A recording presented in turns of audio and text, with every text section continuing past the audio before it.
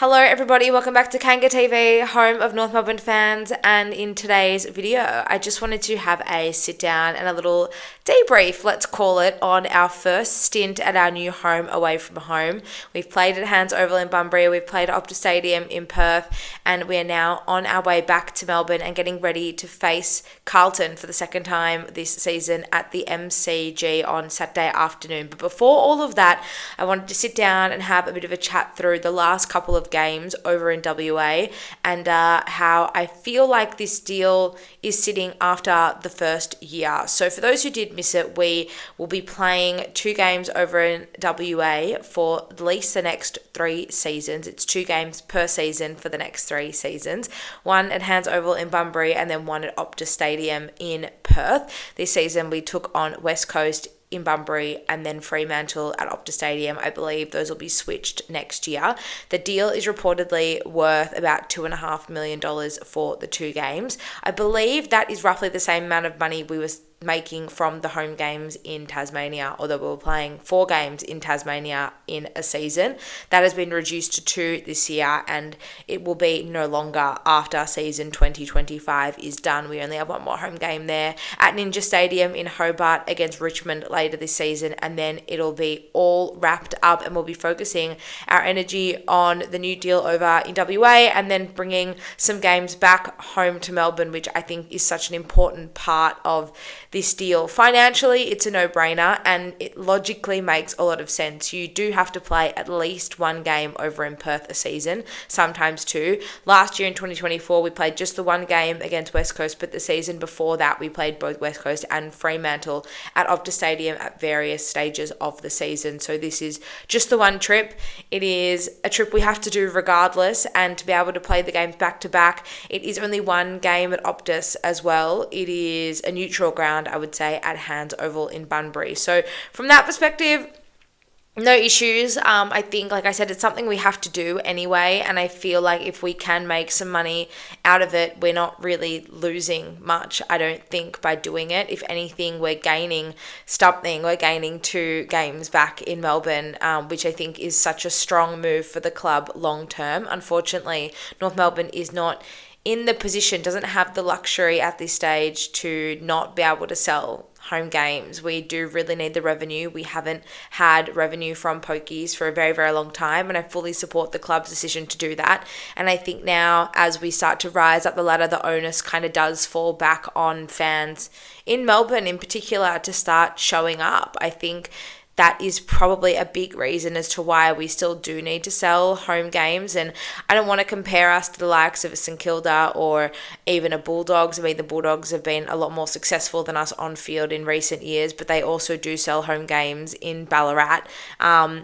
I don't really care about their financial position or their decision to not do this and whether their fans show up or not. It's all irrelevant to me. I'm just interested in our club being successful on and off field. So I think this is definitely a better alternative to what we had, the arrangement down in Tasmania.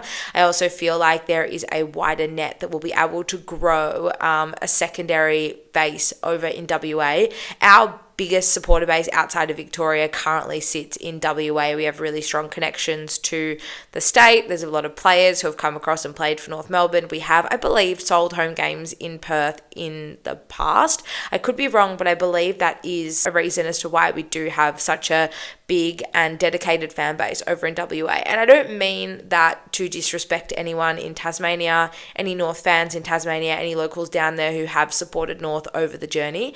I do think that what Tasmania has offered North Melbourne over a long period of time has been fantastic. And in the early days, it definitely was successful. And it was almost a fortress for North when we were a stronger outfit in the competition, you know, in the early to mid sort of 2010s.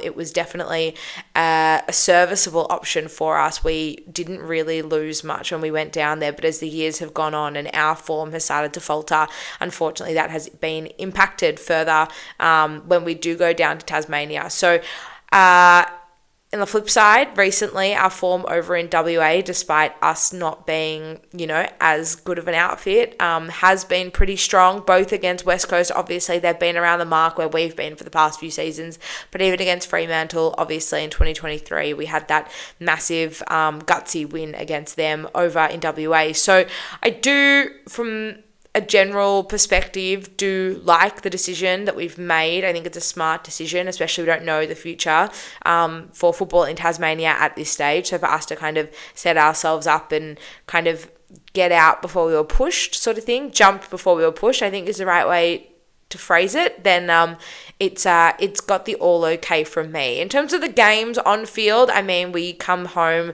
1 win and 1 goal away from a second, both very competitive.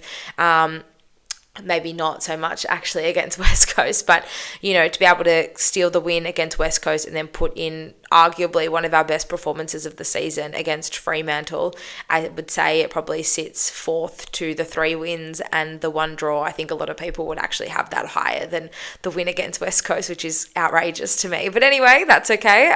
Each to their own. But that performance against Fremantle was really high-spirited and just so energetic and really intense. And I think it pleased a lot of supporters, both who are at the ground and those watching on from home. And I think for it to be considered a pass, we had to win at least one of those games, which we did against West Coast. Like I said, it wasn't pretty, but we were able to get the job done. And I think that was the only way we'd ever be able to consider this a pass mark or a success in its first year. So we were able to do that. We did have a sellout crowd in Bunbury. Unfortunately, the crowd was only at half capacity at Optus Stadium. There was 31,000 who filled the joint on the Saturday night. I do think that we need to work better with West Coast and with Fremantle when it comes to that game at Optus Stadium. Those fans, Fremantle fans and Fremantle members, I don't think were really offered a great deal for their membership. It wasn't a replacement game for them. They were offered discounted tickets, but they weren't offered any other real incentive to get to this game. So I would like us to find ways to offer more for the either West Coast or Fremantle members when it comes to these games, because we would rather have a full house than have a half, full stadium at our home game. I think we want to be able to pack the place out. If we're selling a game to, a local side, we need to be able to pack the place out. That really shouldn't be an excuse. So that was probably the only thing off field and financially, quote unquote, that I didn't love. But I do think otherwise it was a pretty sweet deal for North Melbourne. I guess the only other thing I didn't love is that we went there straight after the bye. So it's been, almost 4 weeks since we've had any North Melbourne football played in Victoria. I know that can happen.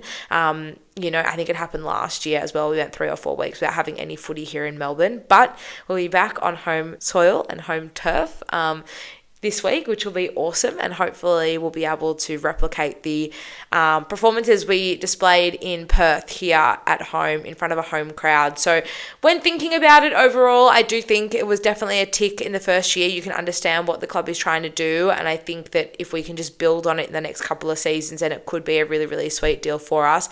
I would hate for it to turn out the way it kind of has with Hobart in the past few seasons. We aren't able to actually generate any wins or any on-field results over there. So I guess that is something that we'll have to keep our eyes on. But those are just my thoughts. I'd love to hear what you guys think of our new home away from home and our deal with Western Australian government. Leave all of your thoughts in the comments below. We can also have a chat over on socials as well. Kanga TV show on Instagram, Facebook, X, and email as well. I'll leave that one there. We're going to wrap up all things WA there. We are now, like I said, on our way back to Melbourne, back on home turf and back at the home of football, the MCG. We take on Carlton this Saturday afternoon. The preview is coming very, very soon. Hopefully a really strong team is getting ready to approach the Blues as well. I will see you all later in the week. Go Roos.